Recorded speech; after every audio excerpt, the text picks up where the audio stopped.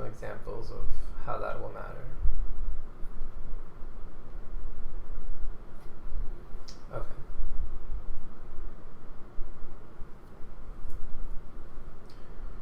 So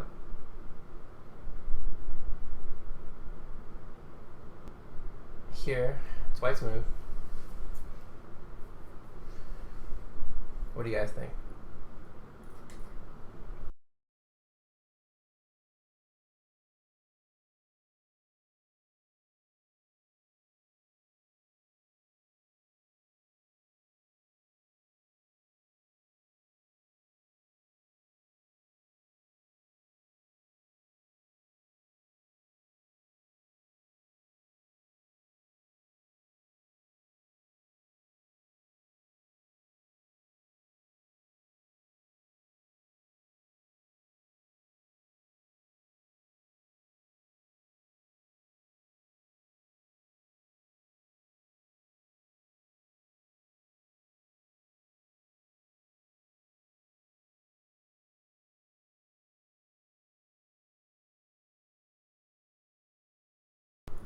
No, nothing froze. Just waiting for you guys to tell me what you guys would do with white here.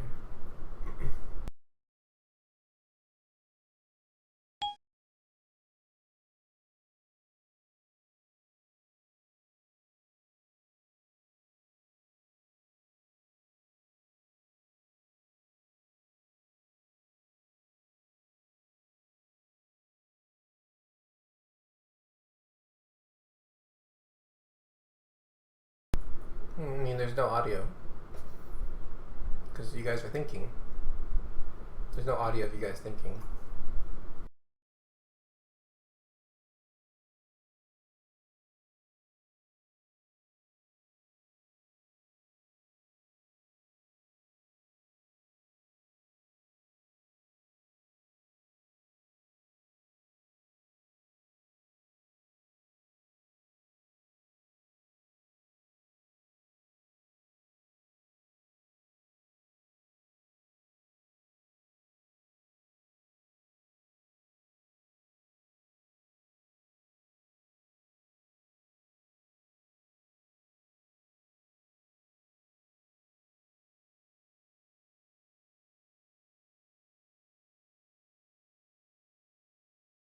Okay, so very initial thoughts.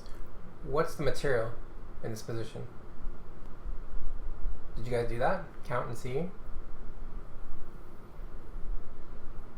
What's the material imbalance like?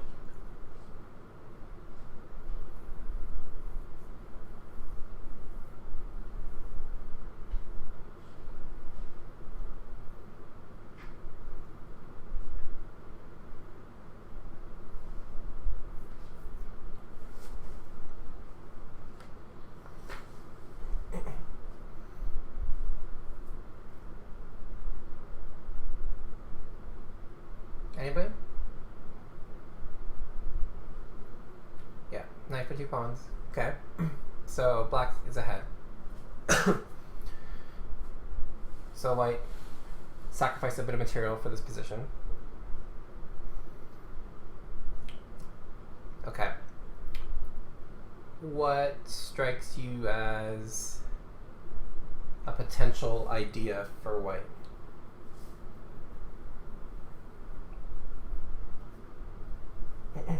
Like, which piece would he want to get where?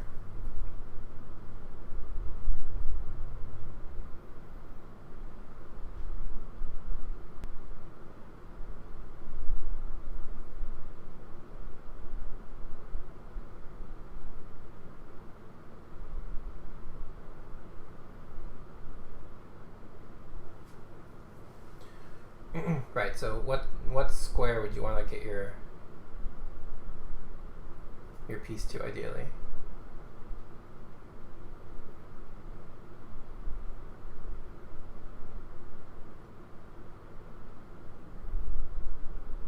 We're talking about ideal situation now, so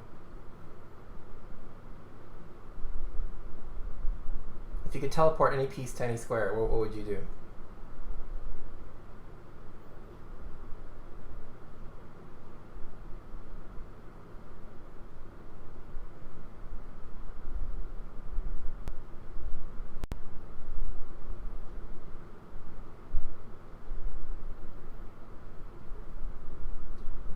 Queen on a8 doesn't mate. Queen on a8 I can just take. But yeah, queen on b7 would be mate. So if we can teleport our queen to b7, we can mate. So the question is there a way for us to get our queen to b7?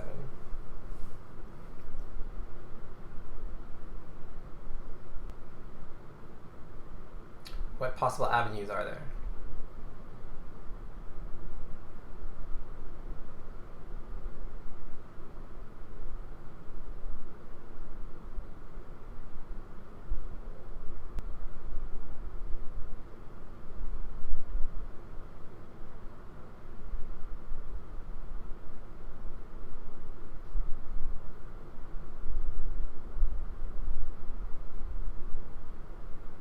c3 for b4 check. Okay, good. Is there anything else?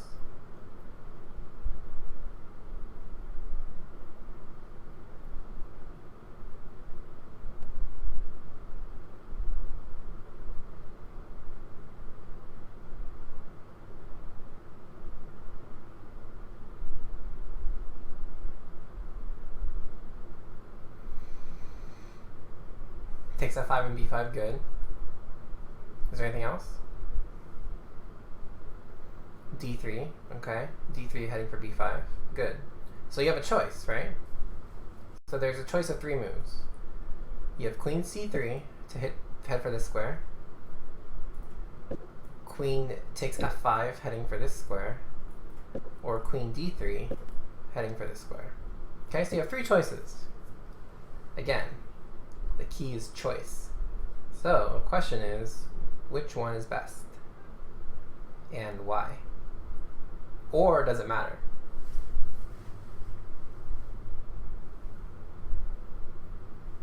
It'd be sneaky of me to tell you that choice matters in tactics and then give you the first example where it doesn't matter. Am I sneaky?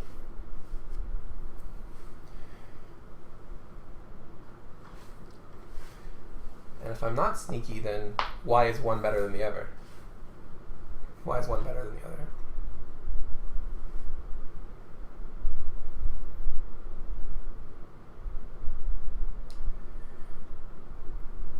Okay, so we like c3, we like take f5. Queen d3 blocks a check on f6. No, it doesn't. Queen c3 blocks a check on f6. Yeah, good.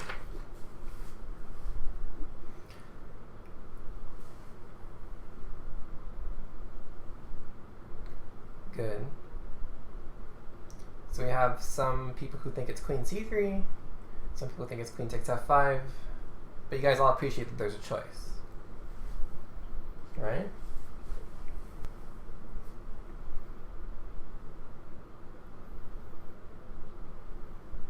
f5 is not a good move.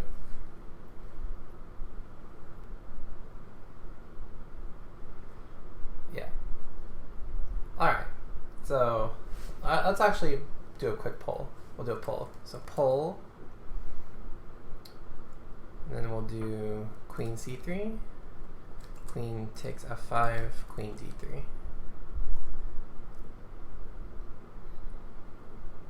Or maybe I have to do poll. Oh, poll open, queen c3, queen takes f5, queen d3. Okay, so type 1 in the chat if you want to play queen c3, type 2 if you want to play queen takes f5, and type 3 if you want to play queen d3. Yeah, so actually you want to do exclam vote 1, or exclam vote 2, or exclam vote 3. Yeah, so exclam vote 1. Yeah, and then exclam vote 2 if you want to vote for queen takes f5. Yeah, exclam vote in the number. So Naim and Alex voted. Okay, John's voted now. So yeah, Pacific, if you want to vote 2, type exclam vote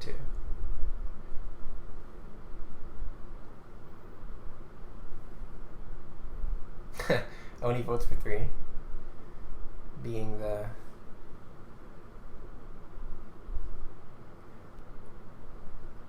dissident. Pacific vote for 2. Alex, you can't vote for two things. Diva voting for queen to c3. give you guys another minute or so to consider. You can't change your vote, Alex.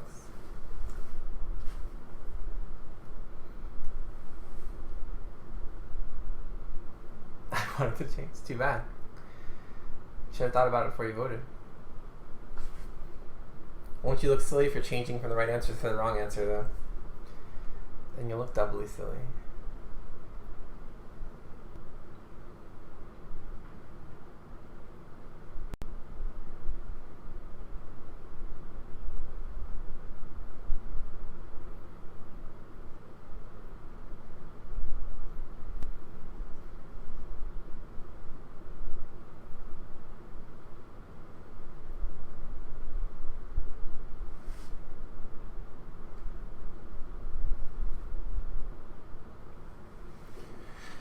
Alright, so turns out that the right answer is the one that you guys are starting to realize is the right move, which is queen d3. Okay, so the question is, why is queen d3 better? Why is it better?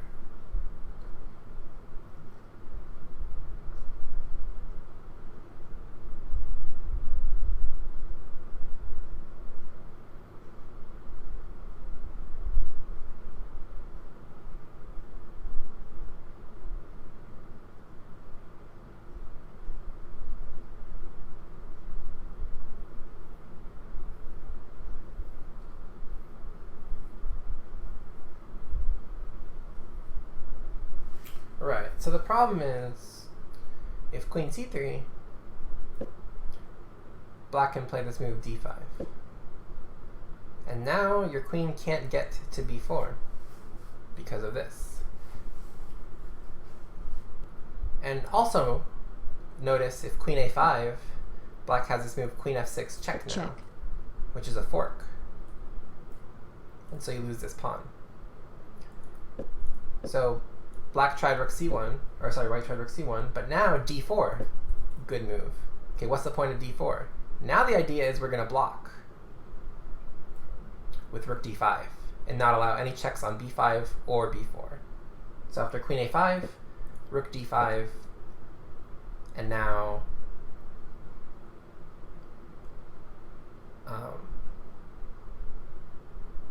now black's better.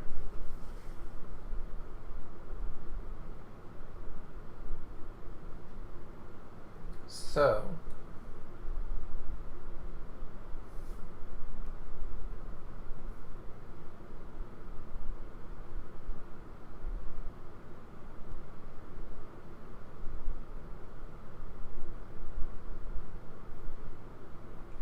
let's look at queen takes f5. Okay, so how do we stop the queen from getting to b5?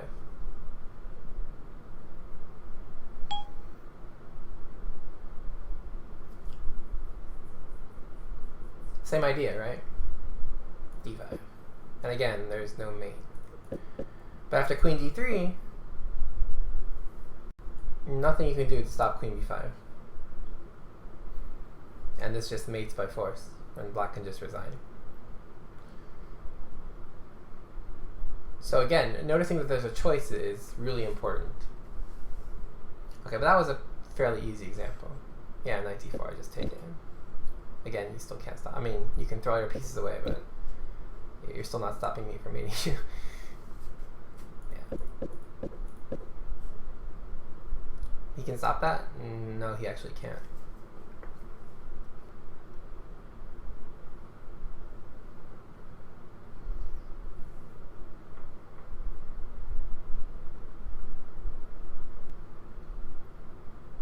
Oh, yeah.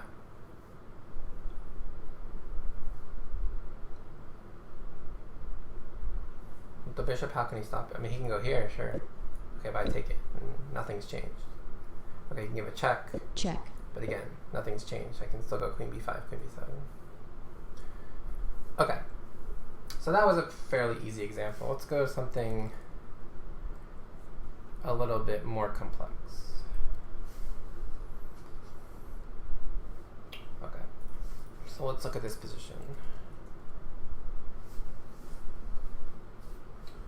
Okay, so it's white's move. What do you guys think?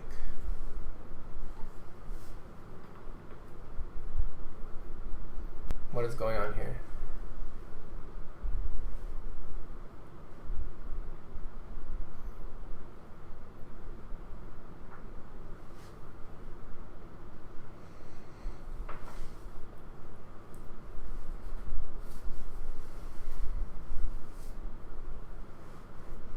Indeed. There are some scary pawns. But again, start with the material. What's the material like?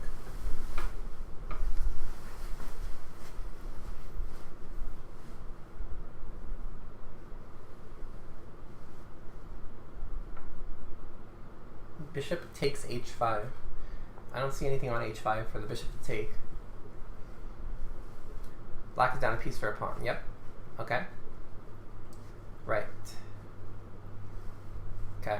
But what's black's idea in this position? What is black threatening?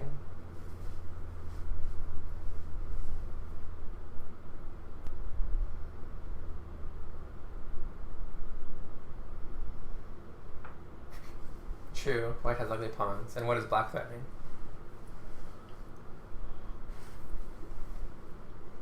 Yeah, so black is threatening a fork.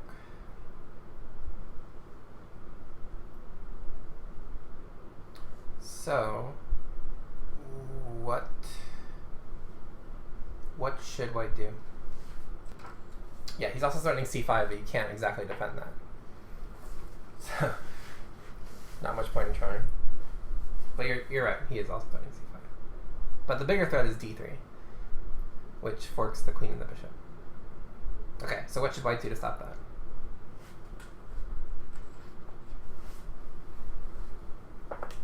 Prevent the d3 fork. Okay.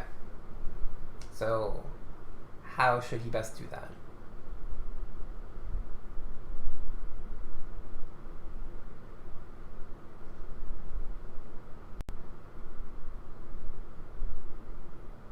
Resign. No. Resign wouldn't be in the spirit of things.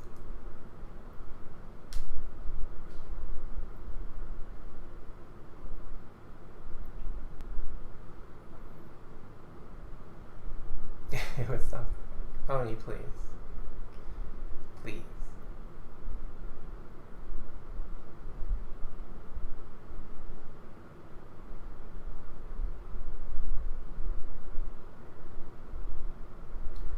You just move the bishop. Problem is your bishop doesn't have many squares. Problem is your bishop does not have many squares.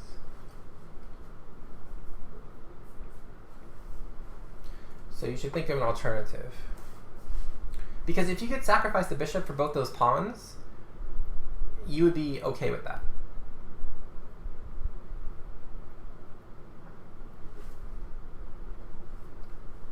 So if you could sacrifice the bishop for both of those pawns, you'd be okay with that. Right now, though, that d3 square is attacked twice and defended twice, so you can only take it once. But if you could bring something else to attack that d3 square, then if he plays d3, you could just keep taking.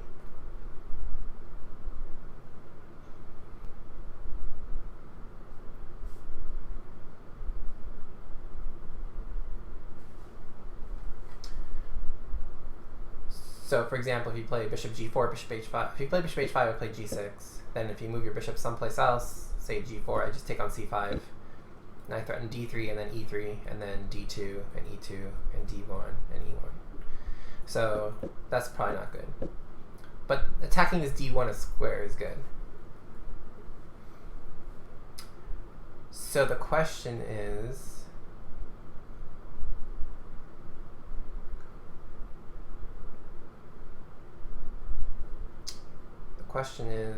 which rook? The a rook or the f rook?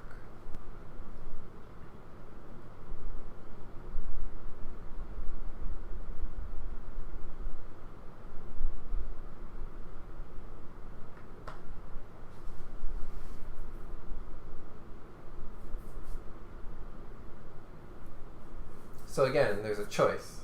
And does it matter?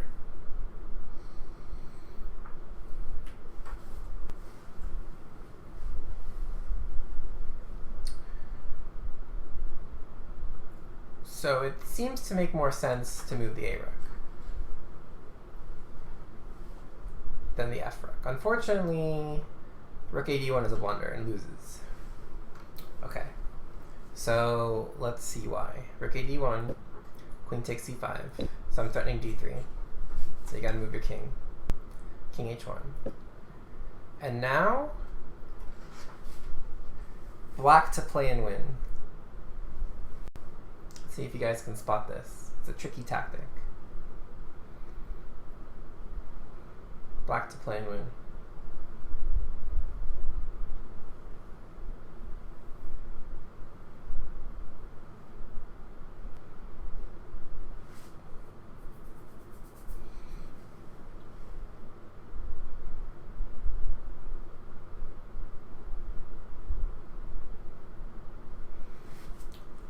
Well, queen takes A3 I wouldn't classify as winning. I mean, it's not a bad move, but black has something much stronger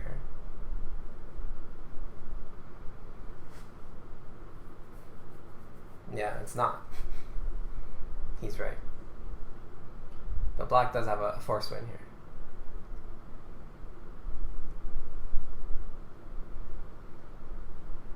So the question is, where is it?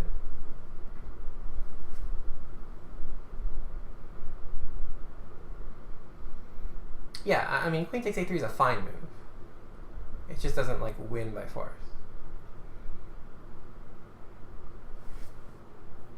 What does queen G5 do?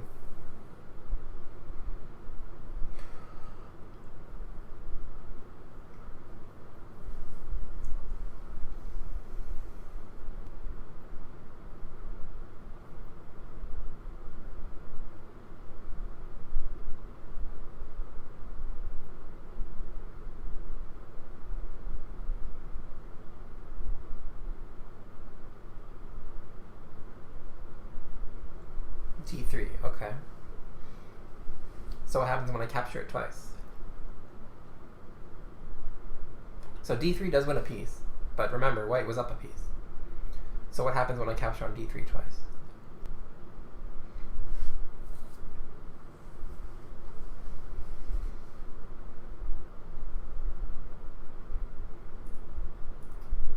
There's a tactic in the air.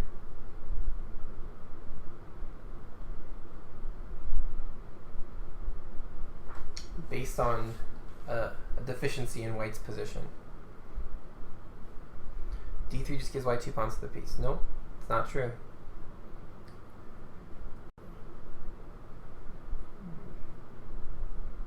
Okay, how do you exploit that, Alex? There's actually a bigger deficiency in white's position. What? Yeah, very good. Very good, Derek. Very good. Okay, so how do you exploit that? How do you exploit that? It's a tricky move. But what do you do? Still doesn't answer the question.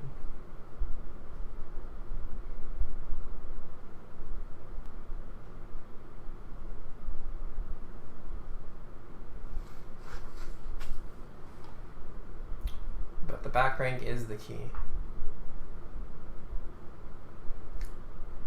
Very good. Very good, Pojerings. Very good. So the right answer is D3, take, and if rook takes, queen F5, fork. If rook takes queen, obviously this is mate. Check. If you defend this rook, I just take it. If you take with the queen, I take it, and then mate. Checkmate. If you take this rook, I mate. Checkmate. And the only actual defense that doesn't lose to mate would be something like rook F3. But then, of course, what's hanging? The queen. So it's actually a pin and a fork, both. in addition to having a back rank mate issue. So, so this is hopeless. So the point is that after pawn takes bishop, white can't capture this. So white realized this and played queen to c3, but lost quickly after what move? This is more of a technique thing than a tactic thing, but do you guys see what the best move for black is here?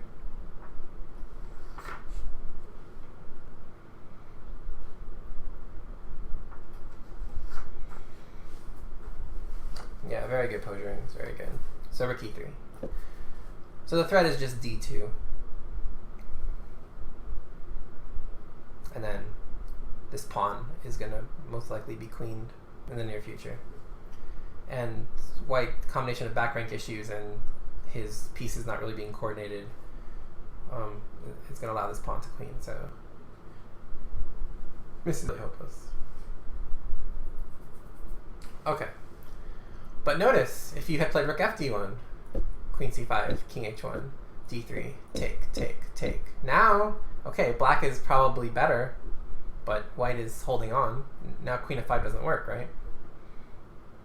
I can just play a rook c3, a rook d2, and there's no fork or anything, so there's no mate. So the right move was actually rook fd1.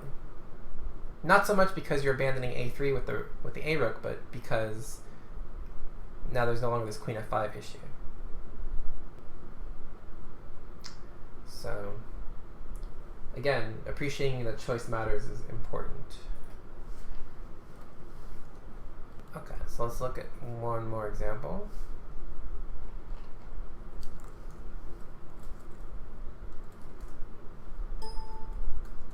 Okay. So here it's black's move. And white's last move was to play this knight from e2 to c1, attacking the rook. So this rook has a few places it can go. Which one is the best?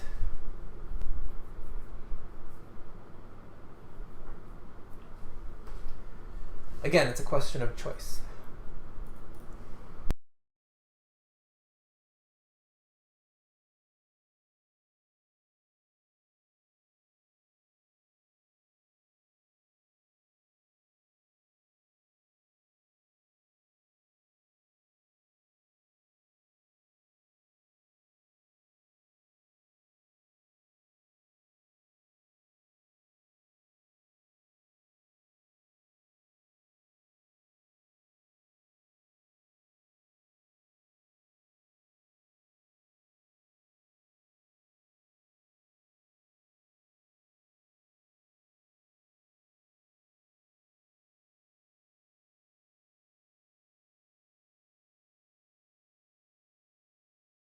Well, careful about your assumptions. Careful about your assumptions. If we trade rooks, then d3 hangs.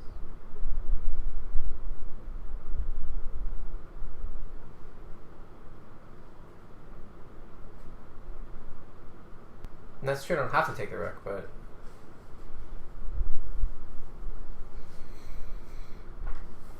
yeah, that's another important thing about tactics, is to always check your assumptions. But okay, I mean, really, how many squares are there for the rook to go? Basically 3, right? Rook c3, rook b2, and rook a3.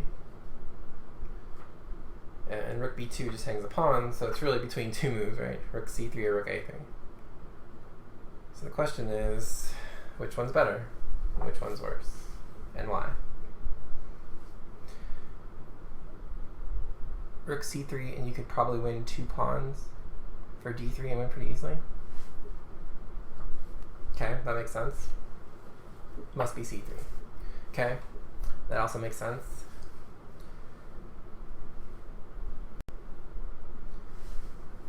So again, you know, this one's kind of very binary. You know, it's either c3 or a3. But when tactics are concerned, there's a big difference. Because one of those moves loses, and one of those moves wins. So the question is, which is which? And again, this is a very black or white situation. So not only is it the case between, you know, being up half a pawn or a quarter a pawn, like one move just flat out loses and one move just flat out wins. So it doesn't look like it really matters in this position, but it turns out it's actually crucial. So between rook c3 and rook a3, one of those moves wins, and one of those moves loses. Yeah, Depresniak, Twitch is broken, so no one has mod sword, unfortunately, but you do have mod powers. Just don't abuse them. So the question is, which one is which?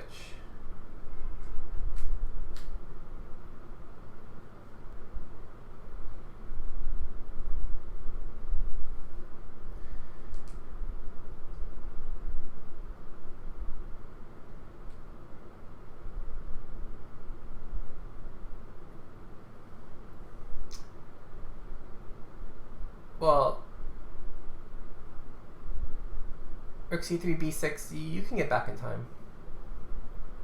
You can play d2, then rook b3, then move your bishop, right? So that doesn't really work. Because don't forget, that pawn is real fast.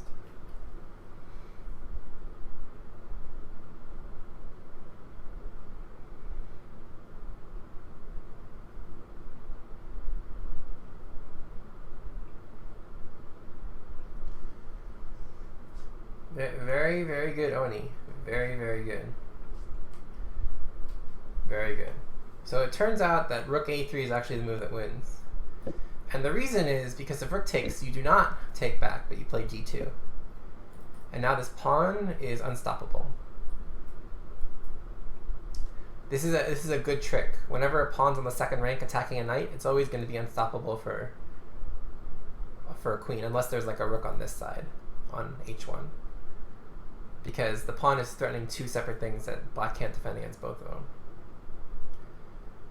Or sorry, white can't defend against both of them. So that wins. And if rook b1, then simply d2. And now this pawn decides the game. Because now all these pawns will fall. So the question is, why does rook c3 lose? Oops. So why does rook c3 lose?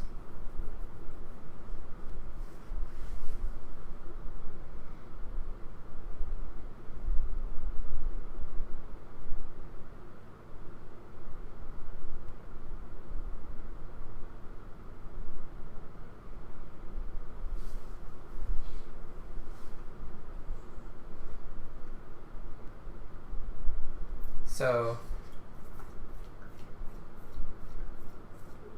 Derek mentioned the right idea.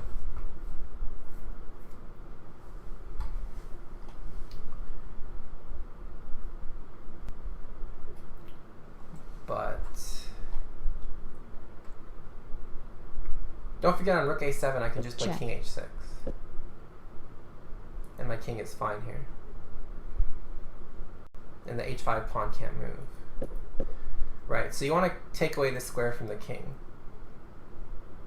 But you have to make sure you do everything in the right order. So you guys have the right ideas, just make sure you have to do it in the right order. So the correct order is first to take the pawn. Because this knight is superfluous, we don't need it. And we certainly want to stop this pawn. But the idea is we're going to win with this pawn and this pawn. So knight takes d3, rook takes d3. Now, secret noobs move king g5. Take our time. If we play b6 immediately, the problem is we can play rook b3, and then on b7 we can move this bishop somewhere. Well, probably not there, but d2, and then this pawn is stopped. So, king g5 first. Now bishop a3 to try to block b6, rook b3, b7, rook takes b7, rook takes a3, and now this h pawn decides matters. And this endgame is hopeless, because my king is going to get to e6, or my pawn's going to get to h8, one or the other.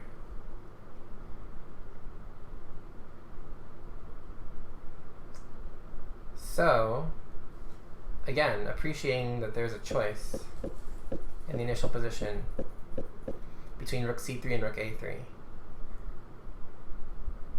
But it requires a bit of calculation in realizing that after rook a3 takes, you actually are not required to take, and in fact can play the move d2. So very good, Oni. d2 is indeed the key. And then black gets a queen. Okay. So let's look at a position where there's quite a few choices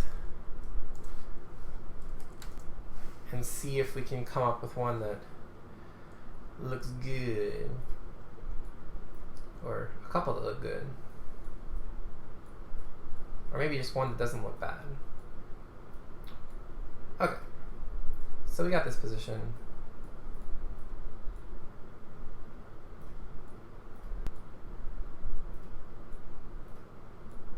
Okay, so very limited material on the board. And it is white's move. So, what are some possible ideas? What are some possible ideas?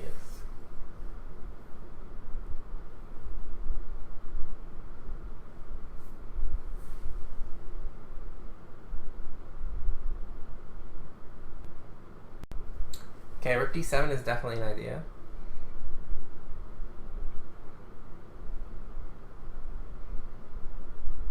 Take the queen, rook on the 7th, win the pawn. Yep, makes sense. Except that doesn't really win a pawn. Material is equal. Knight d7 hangs your queen, Derek. Don't forget. Don't want to hang your queen. That's not the one we want to do. And cloud sat is actually also incorrect. Check. Because if rook d7 I can, whoops. If rook d7 I can play f6 here. And now you're not winning a pawn. I mean, you have a draw if you want. Check. Check and Check. check. But you don't win a pawn that way. And after Check. take and knight d7, okay, this Check. doesn't actually do anything. King e7. And now my king is toward the center. And actually it does hang. Because after knight d7, queen takes queen, knight f6, Check. guess what? My queen can take your knight. So it does hang. Okay. So we had one move rook d7 first, which does make sense. Get your rook on the 7th right away. Anything else?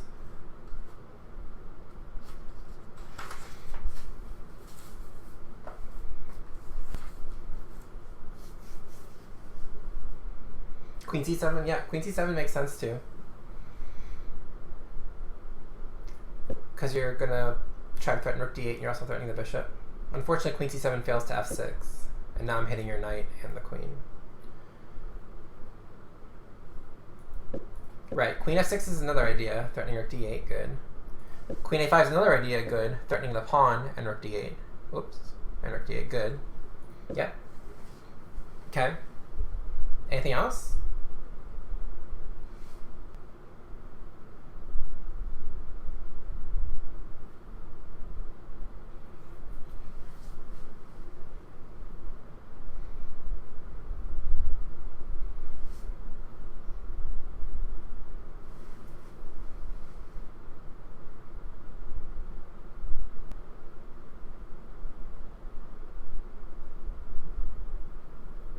Maybe queen h4.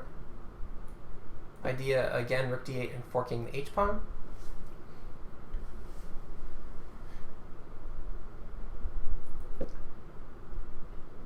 So those are a lot of ideas.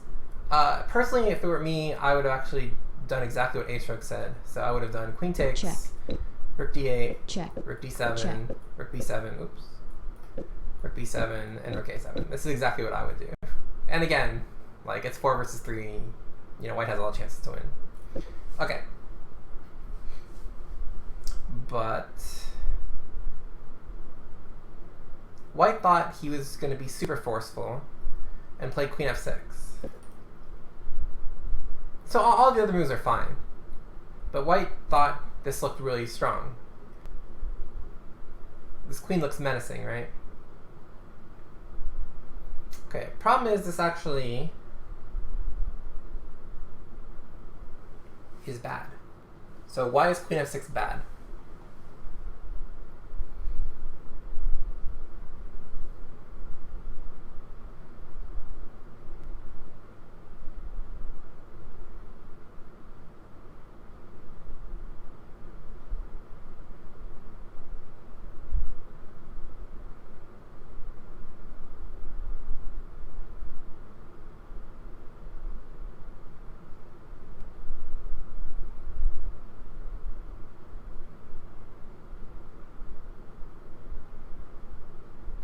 What can black do?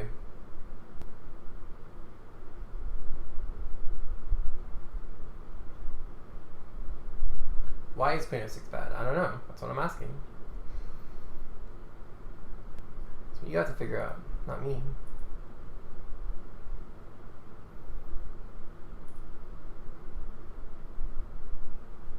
Well, queen f6 threatens rook d8. You're winning the queen. So you gotta stop rook d8, right? So how do you stop rook d8?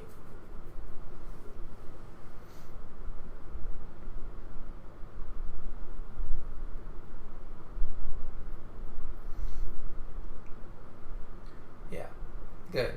Queen c5. Good. So this doesn't actually pin the knight, but it does get out of it. And now after queen d8, check, king h7, queen d3, check, f5. Now suddenly black's better. And after knight d7, queen e7, e4, fe4, fe4, bishop c6, e5, check, king h8, knight f6, queen c5, check, check, queen d4, rook takes g2, check, and black's winning.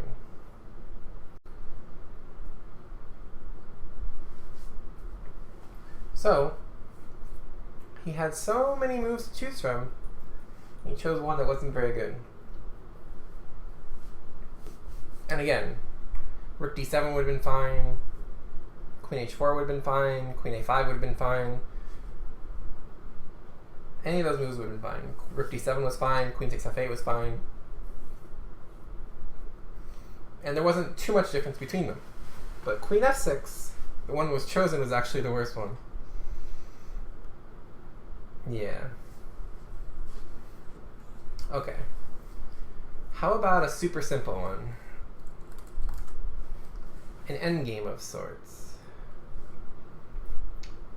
So we are black. And very little pieces on the board. That's it. So it's black's move here. It's black's move here. Okay. So black's going this way. White's going this way. Okay. So white has an extra rook at the moment. But he'll eventually probably have to trade it off for this pawn on h2. At which point, this should probably be a draw, right? So, question is, how to draw?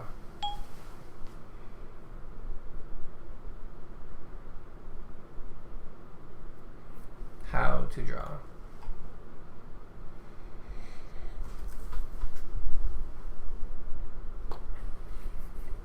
Okay, if you queen, I just take it. So, queening is probably not best. You want to make sure you get the rook for it.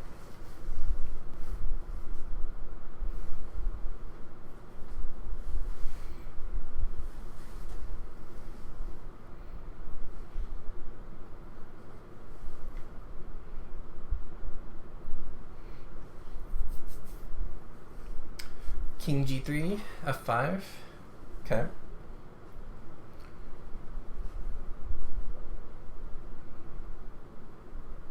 Good. f5 doesn't quite work because I can take on f4, don't forget. So on f5, oops, sorry, I have to make it black's move. To move black. Okay, so yeah, if you play f5, I take on f4 check. is the problem, and now you're losing.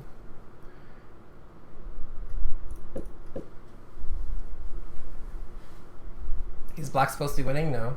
Black's trying to draw. Black is trying to draw.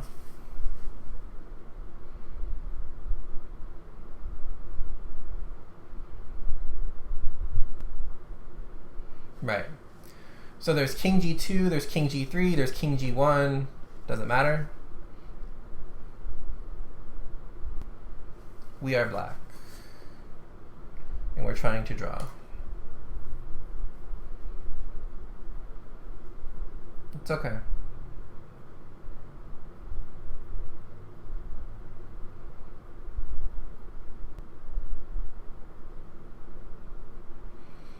So, does someone know what the difference is between those various moves?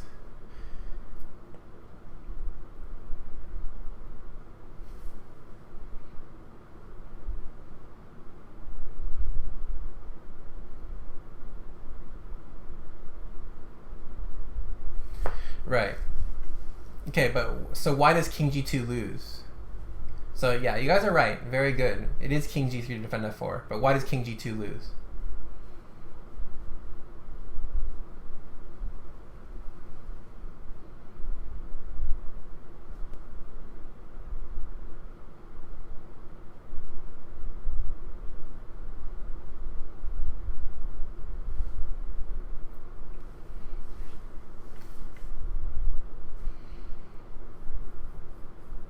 No, rook g5 doesn't do anything. Rook h5 mate? What? I have no idea what you guys are talking about. This allows white to promote their pawn. How exactly does white promote the pawn? So, okay, so king g2, king takes f4, I queen. Okay, how exactly do you promote the f pawn? So what does white do here? Okay, how does this pawn queen?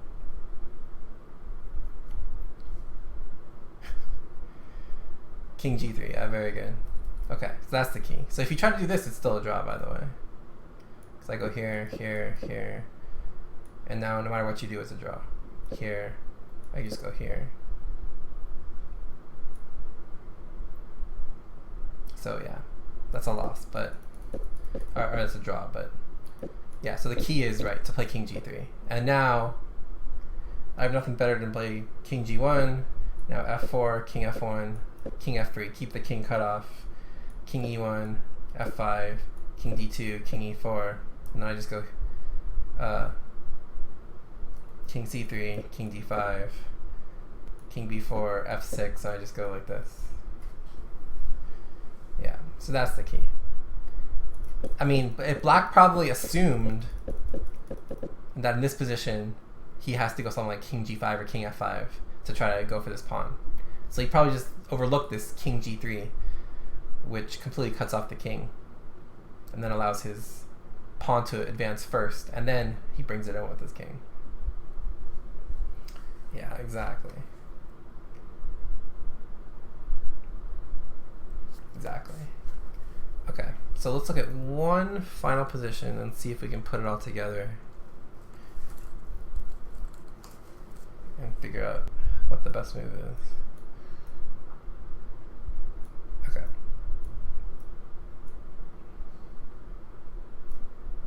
So it's white's move here.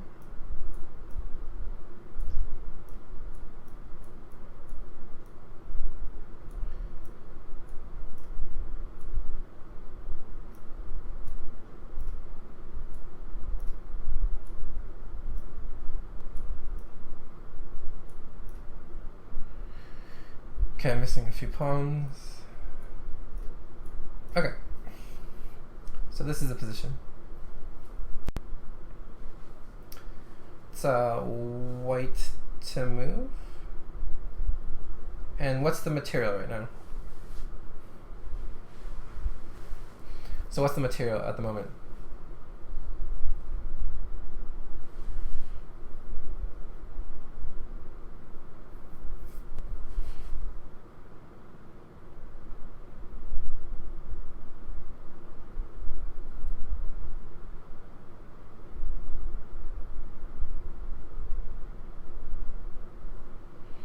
Black is up a piece for a pawn. Yeah. So black has an extra knight, and white has an extra pawn. So basically down a piece. Okay. But of course white has certain advantages as well, in that black's king is very unsafe. So the question is, what should white do here? What should white do here? There are quite a few options that look tempting.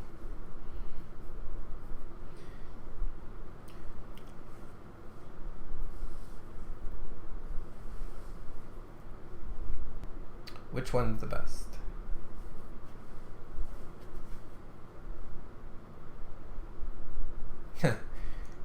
There's no back ranking. There's no back ranking. Yeah, b5 is hanging. So is b4. So is b4.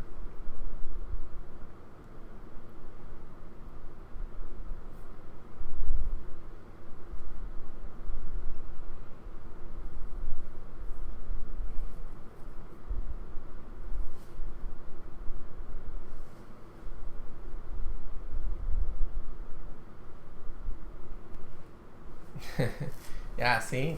No one's clear as to what the best move is here. Got some rook f3s, got some queen g6s, got some bishop takes e7s, queen h4. That's a tricky one. That's a tricky one. Unfortunately, it doesn't threaten anything, so I can just take on b5. But that is a tricky one.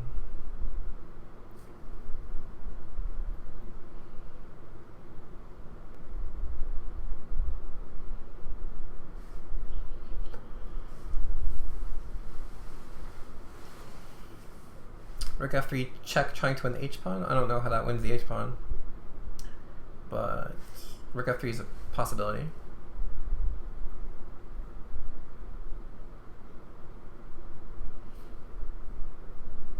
Yeah, exactly. He needs to be doing more than winning a pawn. Bishop e2 is definitely not in the spirit of it, because you're just hanging b4. You need to make a very forceful move now, because you have both bishops are hanging at the moment. And you're down a piece.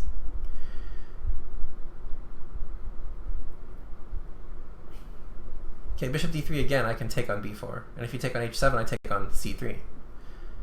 So you don't even win anything there. Rook f3, bishop d3, okay. What does that do though? Queen g6, also possible because you're threatening the rook. And you're also threatening rook f3 check.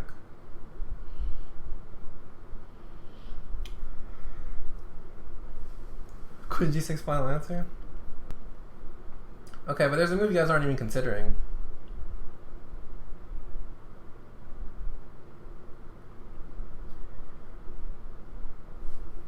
Which actually wins.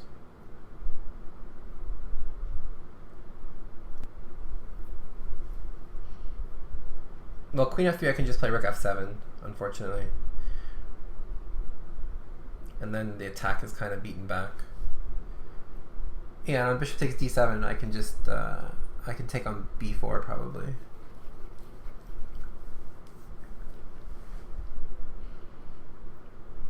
Yeah, bishop e7 I can just take with the queen. There's a quiet move you guys are missing,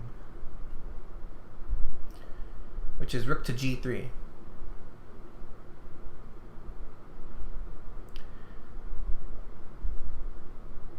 Rook to g3.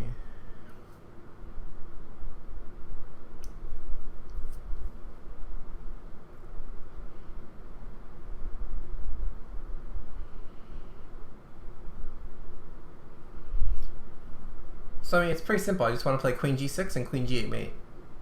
And it turns out you can't stop it. So it wins.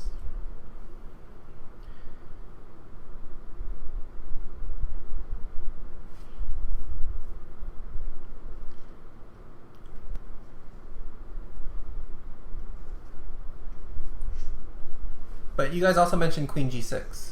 So the question is, which is better, queen g6 or rook g3? They both have the same idea.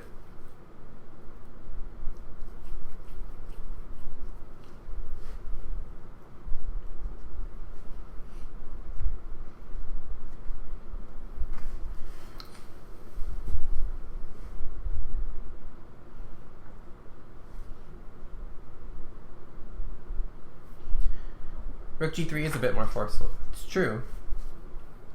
But queen g6 actually threatens a rook, so I mean it's fairly forceful. But there's a slight difference between one and the other. So which one is better?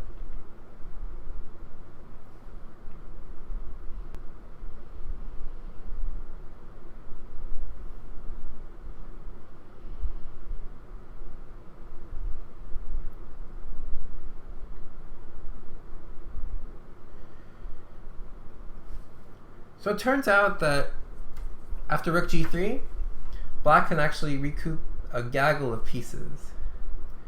So rook g3, I can just take on b4.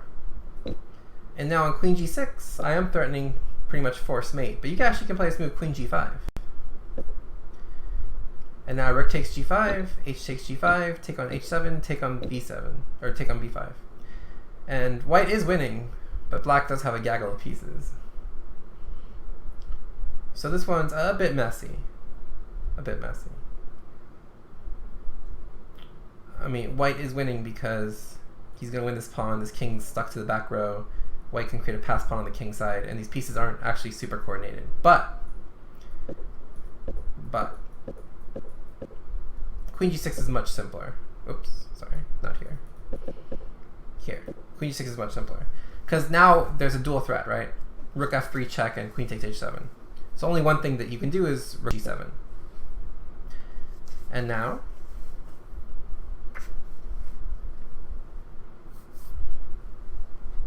how does white continue?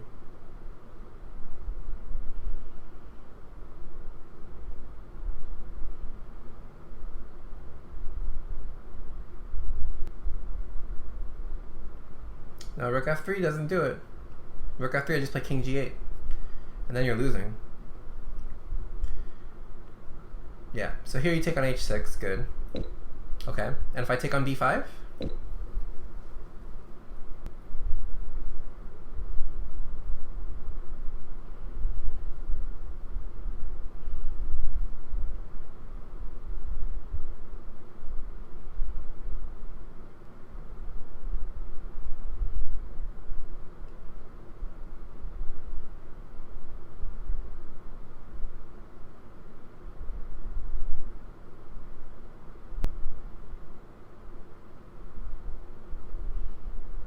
Yeah, queen h8 is pretty good.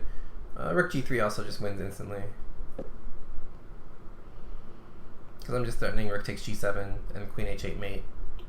That's not something you can really stop. So you can like take on b4 or take on g7. You make a move. I don't know, queen somewhere, mate. Checkmate. If you play king e8, I play check, and then mate. Checkmate. Yeah, it's all the same. But yeah, queen h8 also does win. Okay. But what if...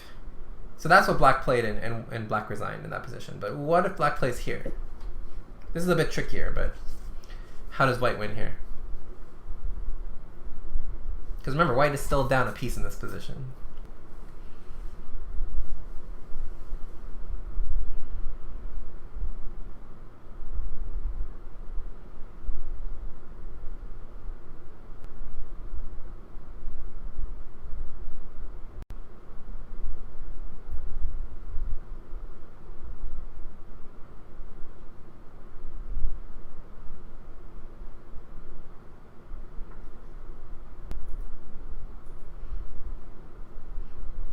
Okay, what does rook f3 threaten though? Rook f3 I just take on b4. Okay, good. Rook h3. So now you're threatening queen h8 check, rook f7 check, rook g6, or sorry, queen h8 check, rook f3 check, rook g3 check, rook takes g7 mate. Okay, good. But what if I go king f7 here? Now how does white win?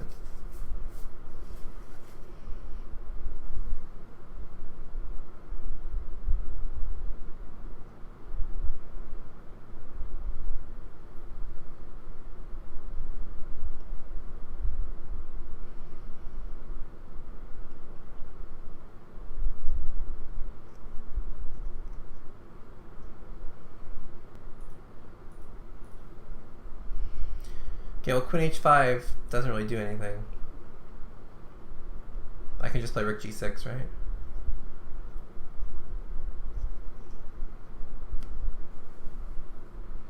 Or I can also play king f8. Actually, king f8 is probably stronger.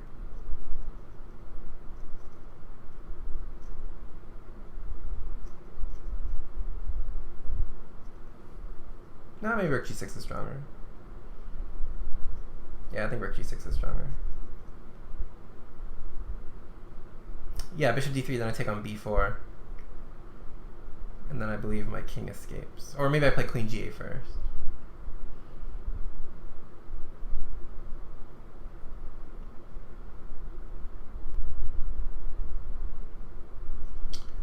There's something simpler.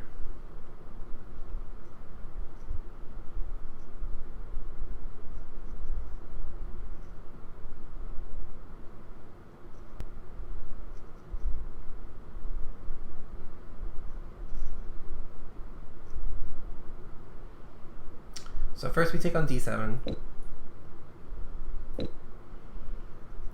And then we take on e7. The point being that black can't recapture with the king because the rook hangs.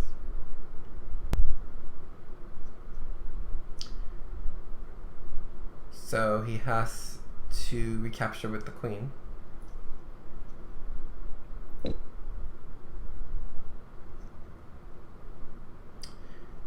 And then the move queen to h8.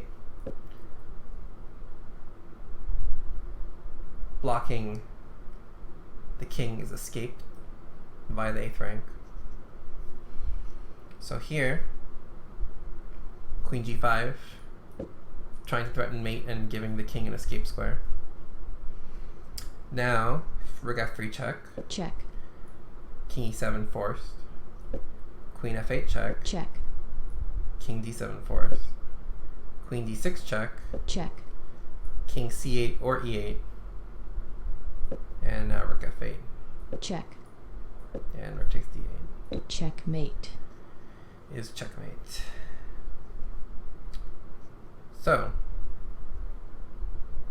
although this variation ended up being longer, this one's much easier to win. And yeah, if he captures on d7 with a knight, it's the same thing. So if he captures on d7 with a knight, now, again,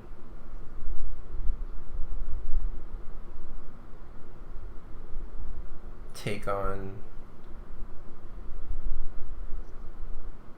well actually here maybe here actually rook f3 wins, because now if he goes king g8, now I can take on e6 with check, and now king h7, rook h3 is really strong. Oh well, maybe I take here first actually, and then rook h3 mates. Check. Checkmate. So you have to take with the queen to help defend e6 is the point.